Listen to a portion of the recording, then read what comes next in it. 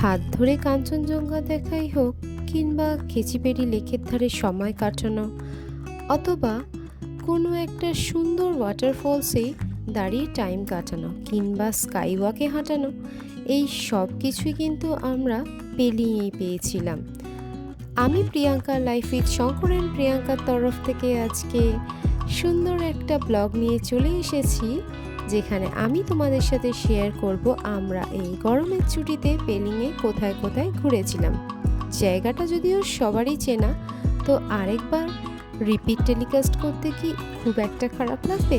তো ভিডিওটা পুরো স্কিপ না করে কিন্তু দেখতে থাকো।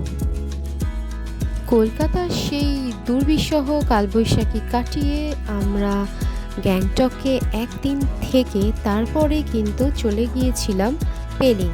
পেলিং যাওয়ার পথে আমরা কিন্তু ঘুরে নিয়েছিলাম খুব সুন্দর সুন্দর কয়েকটা sight seen, like Buddha park, Namchi Temi tea garden, এগুলো সবই আমরা ঘুরেছিলাম।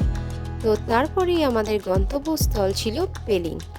তো এই হলো আমাদের পেলিংয়ের খুব সুন্দর একটা হোটেল হিডেন হাউস, এটা আপার পেলিংয়ে। তো রুমটা কেমন আমরা পেয়েছিলাম সেটা দেখাই। তো এই রুমটাই কিন্তু অবশিষ্ট ছিল এই হোটেলটাতে, কারণ এটা একটু ওভারহাইপড, শুধু ওভারহাইপড বলবো না, সত্যিই সুন্দর। এখান থেকে আমরা কাঞ্চনজঙ্ঘা যা ভিউ পেয়েছিলাম সেটা কিন্তু অসাধারণ। তো যাই হোক, আমরা হোটেল রুমে চলে এসে ফ্রেশন আপ হয়ে যাব। তো তারপরেই আমাদের আজকে ডিনার করে কিন্তু শোয়ার পালা, আর কাল থেকে শুরু হবে আমাদের সুন্দর করে পেলিং সফর। আমি এর আগে দুবার এসেছিলাম। ছোটোবেলায় একবার বাবা মার সাথে আর একবার হাজব্যান্ডের সাথে। তো এবার আমাদের মেইন আসার কারণ হলো আদিত্রিকে ঘোরানো।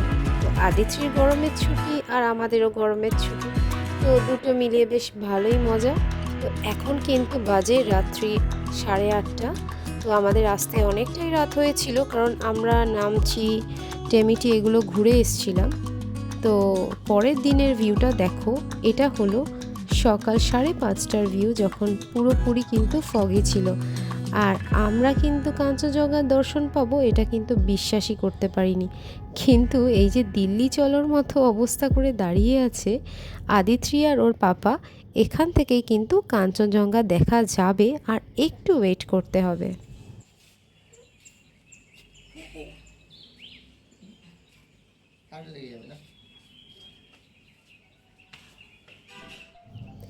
অবশেষে আমরা কাঞ্চনজঙ্ঘা যতটা দেখার মন খুশি করে দেখে নিয়ে ব্রেকফাস্টের জন্য কিন্তু ব্রেকফাস্ট টেবিলে চলে এসেছি।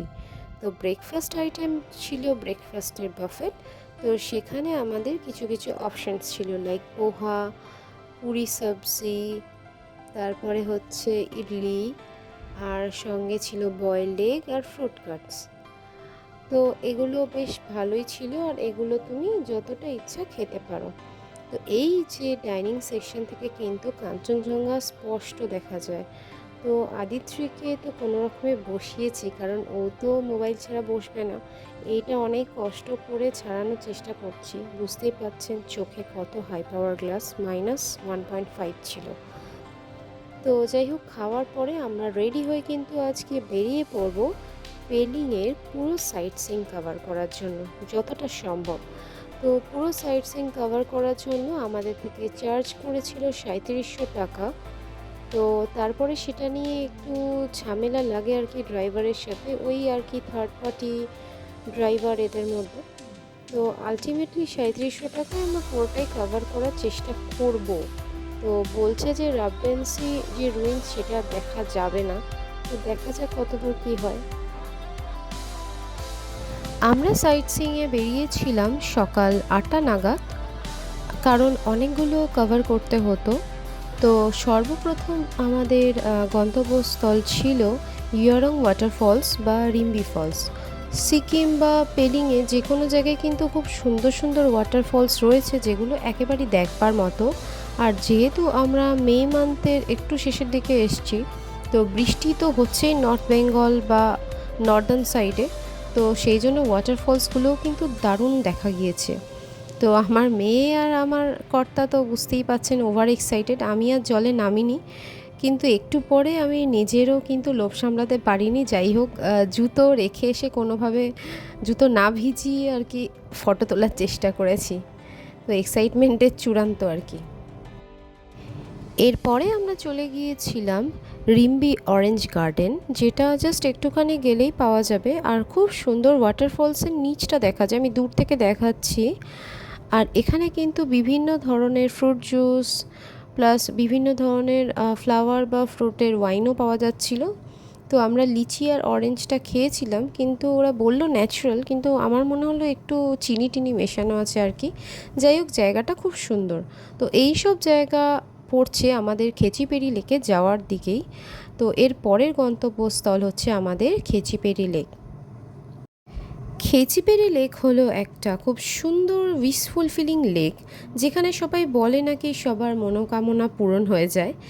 তো 34 কিলোমিটার দূরে পেলিং থেকে নর্থ ওয়েস্টার্ন সাইডে মাত্র 5,600 ফিট উচ্চতায় অবস্থিত এই খুব সুন্দর লেকটিতে কিন্তু অবশ্যই ভ্রমণ করতে পারেন, কারণ এখানকার যে একটা ট্র্যাঙ্কুইলিটি বা সাইলেন্স এত মনোমুগ্ধকর।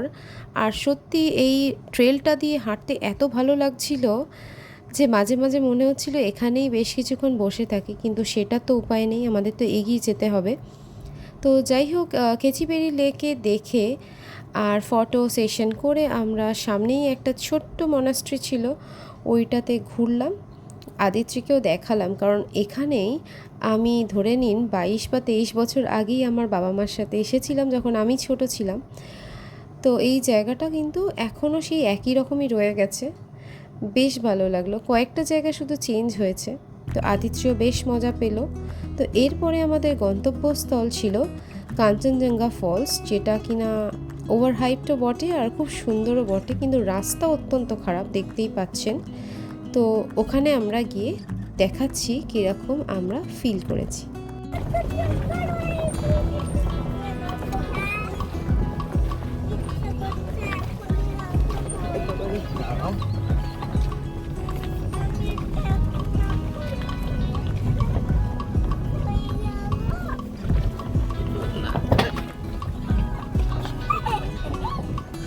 क्या हुआ?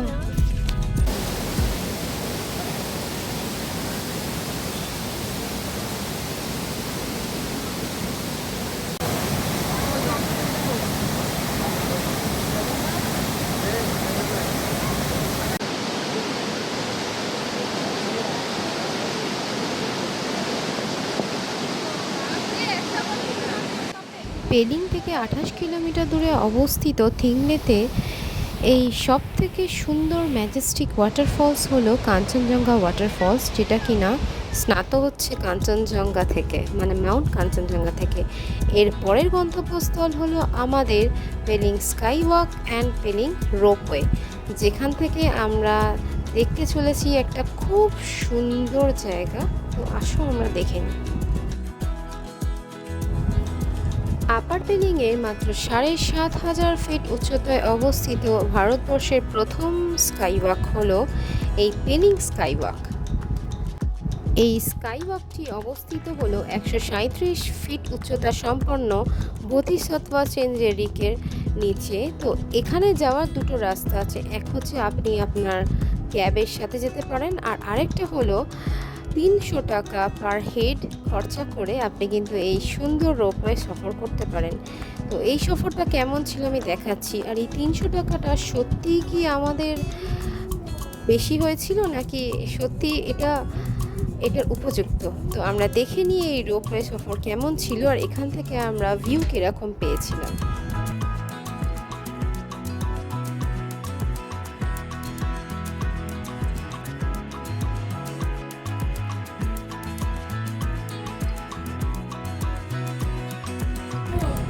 পাহাড়ের রোপওয়ে চড়ার এক্সপিরিয়েন্স কিন্তু আমাদের বহুবার হয়েছে। দার্জিলিং, গ্যাংটক, বিশাখাপত্তনম বিভিন্ন রোপওয়ে চড়েছি। এই রোপওয়েটা কিন্তু খুব সুন্দর, কিন্তু একটু বেশি কস্টলি লাগলো। কিন্তু উপর থেকে যা ভিউ দেখলাম সত্যি ব্রেথ টেকিং, মানে ওয়েদার যদি ক্লিয়ার থাকতো কিন্তু এখান থেকেও কিন্তু মাউন্ট কাঞ্চনজঙ্ঘা ভালোভাবে দেখা যায়। তো যাই হোক, আজকে আমাদের লাক খুবই খারাপ, আমরা শুধুমাত্র এই প্যারাগ্লাইডিংগুলো দেখতে দেখতেই গেলাম। এরপর আমরা রোপওয়ে থেকে নেমে পৌঁছে যাব সেই সুন্দর স্কাই ওয়াকে, যেটার জন্য এত খাটনি করে, এত এক্সপেন্সেস করে আমরা রোপওয়ে সফর করেছি। তো আসুন আমরা আজকে দেখাই খুব সুন্দর একটা স্কাই ওয়াক, যেখানে কিনা খুব সুন্দর একটা বুদ্ধিস্ট মনাস্ট্রি আছে।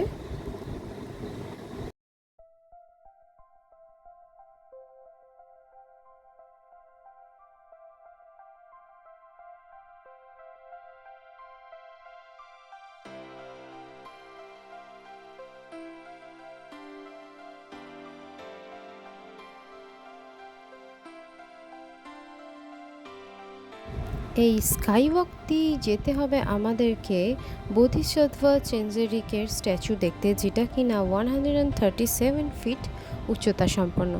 এখান থেকে দেখেই বুঝতে পারছেন কতটা ফগি। তো যদি ভাগ্য ভালো থাকে আজকে এখান থেকে আমরা কিন্তু খুব সুন্দর দৃশ্য দেখতে পারবো। তো স্কাই ওয়াকটার অনুভূতি কেমন ছিল সেটাই দেখব। আর এই স্কাই ওয়াক কিন্তু বেশ নতুন, মানে 2018তেই প্রথম ইনঅগ্রেটেড হয়েছে। তো আসুন আমাদের স্কাই ওয়াকের অনুভূতিটা আপনাদের সাথেও কিন্তু শেয়ার করি।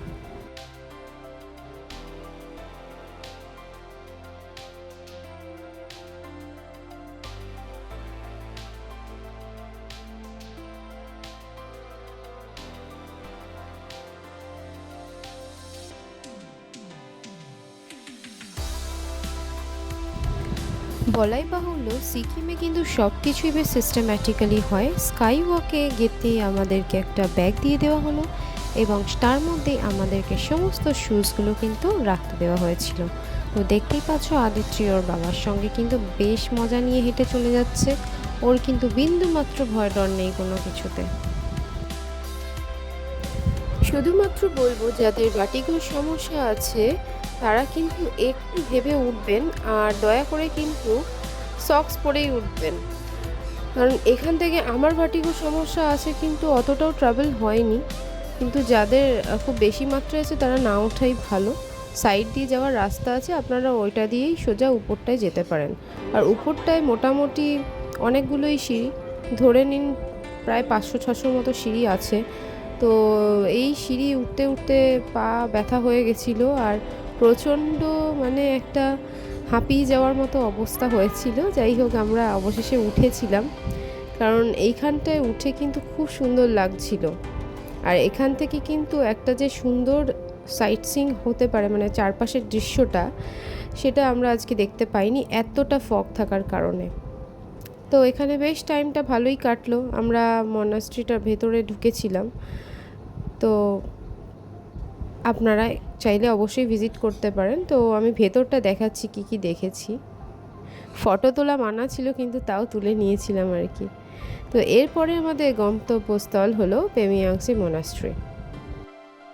1705 সালে তৈরি হওয়া এই মোনাস্ট্রি হলো পেলিংয়ের থেকে কিছুটাই দূরত্বে আর সব থেকে পুরানো টিবেটিয়ান বুদ্ধিজম মোনাস্ট্রি।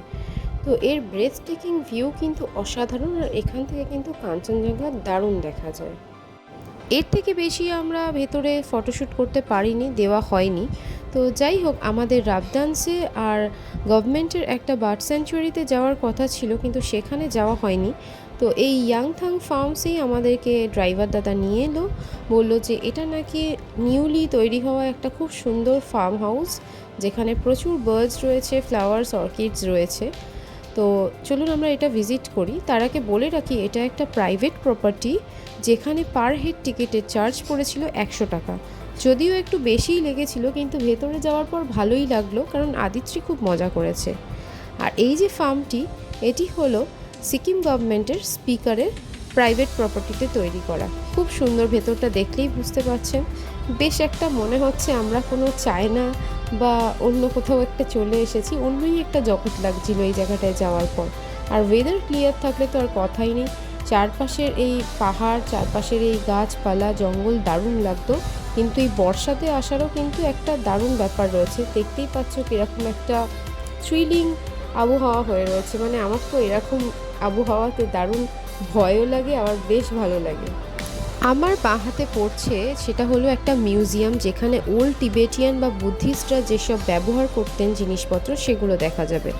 আর এই যে ফ্লাওয়ারগুলো গোটা ফার্ম হাউস জুড়ে ভর্তি, আমি প্রত্যেকটা ফুলকে আলাদা আলাদা করে ফটো তুলেছিলাম, আমার এত ভালো লেগেছিল। আর সত্যি কথা বলতে সিকিমের মতো এত সুন্দর গোছানো শহর ভারতবর্ষে খুব কম আছে। তো আমরা চলে এসেছি এই ফার্মসে। তো সেখানে কি কি পাখি দেখেছি আর কি কি ফ্লাওয়ার্স দেখেছি সেটা তোমাদের সাথে শেয়ার করছি। তো আর বকবক না করে পুরো ভিডিওটা দেখাচ্ছি এখান থেকে।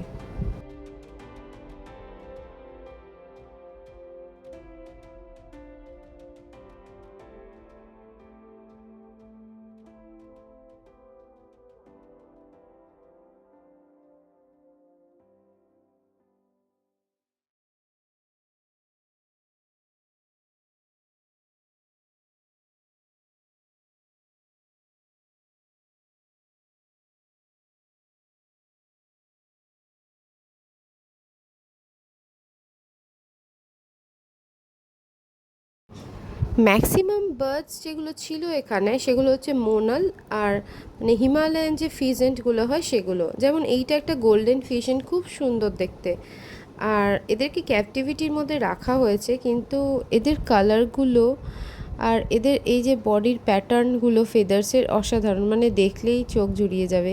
এই যেমন একটা খুব সুন্দর একটা মেল ফিজেন্ট রয়েছে, আর ওইগুলো হচ্ছে ফিমেল ফিজেন্ট। তো লেজটাই দেখতে পাচ্ছ বিশাল বড়। তো আদিত্রি এগুলোকে দেখে দারুণ এনজয় করেছে। তোমাদের সাথে বাচ্চা থাকলে অবশ্যই মিস করো না।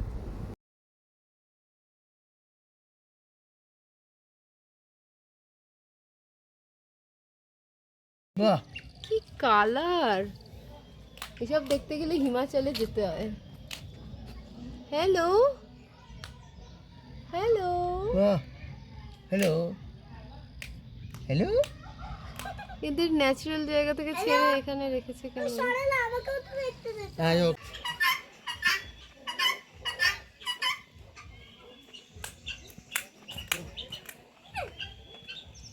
থেমে গেলি কেন?